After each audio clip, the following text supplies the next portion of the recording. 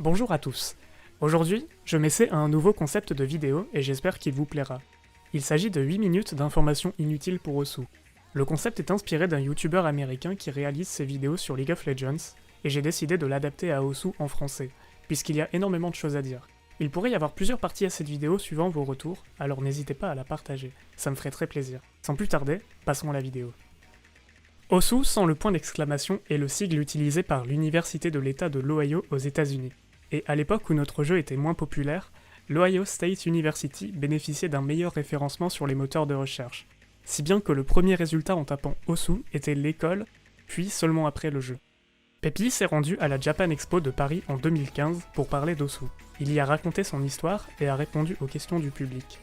Pepi est d'ailleurs né en Australie et vit au Japon. Il commence le développement d'Osu en 2007 dans l'optique de créer un simulateur sur PC du jeu Elite Beat Agents sur Nintendo DS, sans vraiment se douter de la direction que prendrait le jeu par la suite. Organisé par le joueur Cavoboy, le Cavway Osu Event est un événement en format LAN ayant lieu chaque été de 2017 à 2019.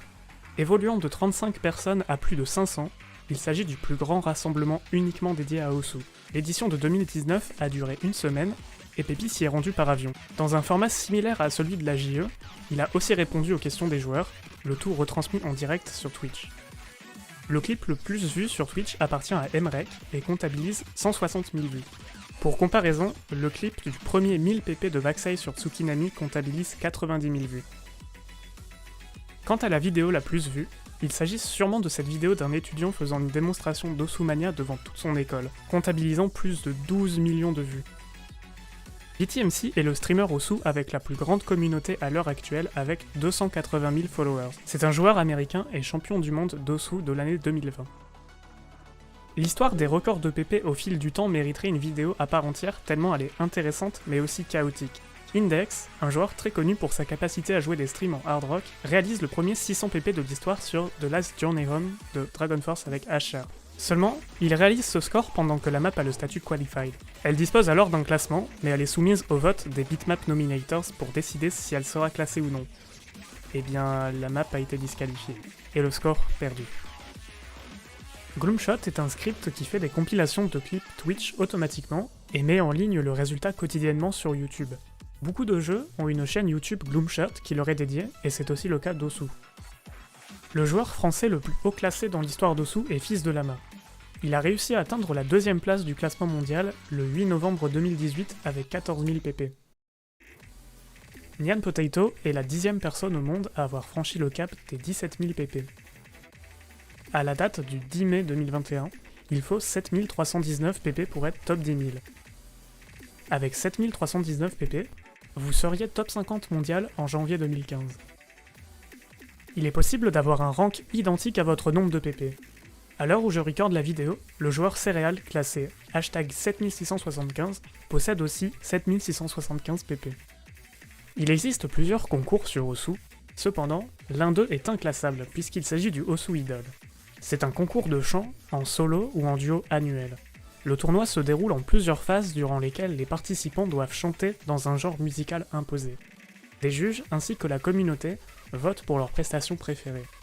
Le Osu Idol a notamment révélé le chanteur Will Stetson en 2018, très connu à l'échelle d'Osu pour ses covers sur de la J-pop, qui ont été elles-mêmes mappées et rendues très populaires.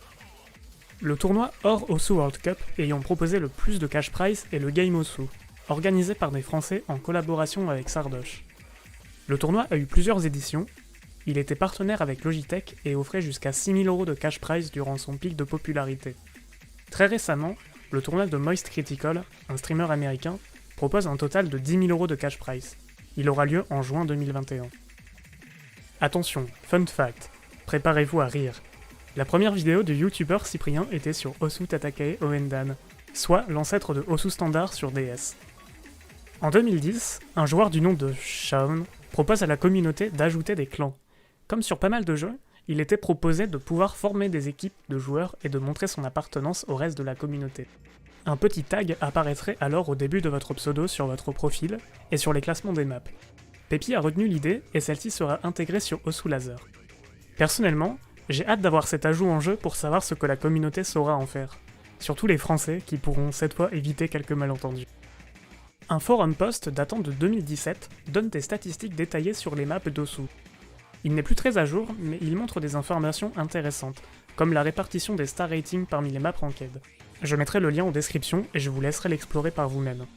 Il se pourrait que la donnée ne soit plus valide, mais d'après le document, l'artiste qui compte le plus de maps ranked est Hatsune Miku. On trouve une page au sein du wiki officiel d'Osu qui détaille tous les poissons d'avril réalisés par l'équipe de dev d'Osu. Celui de 2011 modifiait les fichiers audio de vos bitmaps pour les rendre plus aigus et un peu accélérés, un peu comme le Nightcore. C'était censé être une blague, mais le mode Nightcore sera donc peu de temps après intégré au jeu. Selon des statistiques de 2018 sur Reddit, la moyenne d'âge des joueurs d'Osu est de 18,3 ans. Cependant, la moyenne d'âge du top 10 mondial est nettement plus basse. Emmerich, le premier mondial, est âgé de 14 ans, 14 ans aussi pour Lifeline, Nyan Potato a 15 ans, Whitecat et Vaxei ont 17 ans, de quoi fortement baisser la moyenne d'âge. En parlant de Reddit, le subreddit dédié à Osu a été créé en 2010. Il m'a d'ailleurs pas mal aidé pour trouver quelques sources. Cependant, il existe aussi un autre subreddit pour Osu, r/OsuReport. Sur celui-ci, les utilisateurs ouvrent des discussions sur des joueurs suspectés de cheat. Parfois, l'OP demande l'avis des utilisateurs du subreddit sur un joueur, mais bien souvent, un post est constitué de beaucoup de preuves solides et résulte souvent en un restrict du cheater. Les gagnants des tournois sur Osu se voient souvent octroyer des badges sur leur profil en guise de récompense. Le joueur avec le plus de badges au monde est Bubbleman avec 35 badges. Le second est Digital Hypno avec 29 badges. Le joueur le plus badgé en France est The Poon avec 11 badges. The Poon ainsi qu'une poignée d'autres dans la communauté est doté du badge Osu Contributor. Ce badge n'est pas donné pour récompenser une performance en tournoi, mais il s'agit plutôt d'une contribution remarquable dans la communauté. La contribution peut être liée au développement, à la modération, aux projets communautaires comme les tournois. L'Osu French Tournament est le tournoi annuel francophone en 1 contre 1 le plus établi. Le gagnant reçoit le titre de champion de France.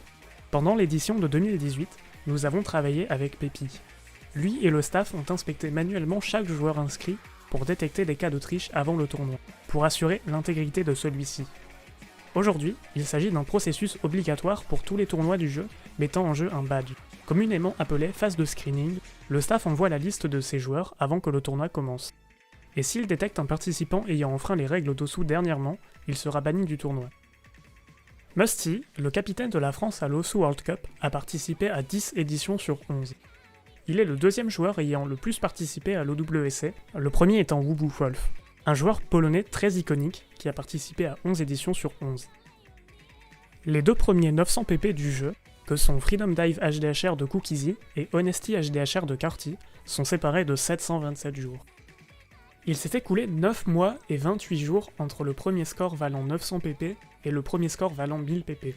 Et il s'est écoulé 23 heures et 49 minutes entre le premier et le second score à 1000 pp.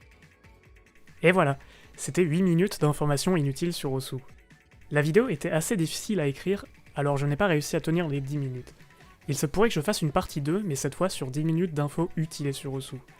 Alors n'hésitez pas à me dire ce que vous avez pensé de la vidéo, et me dire si elle vous a appris des choses. J'aime beaucoup lire les commentaires, et ça booste aussi le référencement. Je vous remercie d'avoir regardé, et à très vite pour une prochaine vidéo.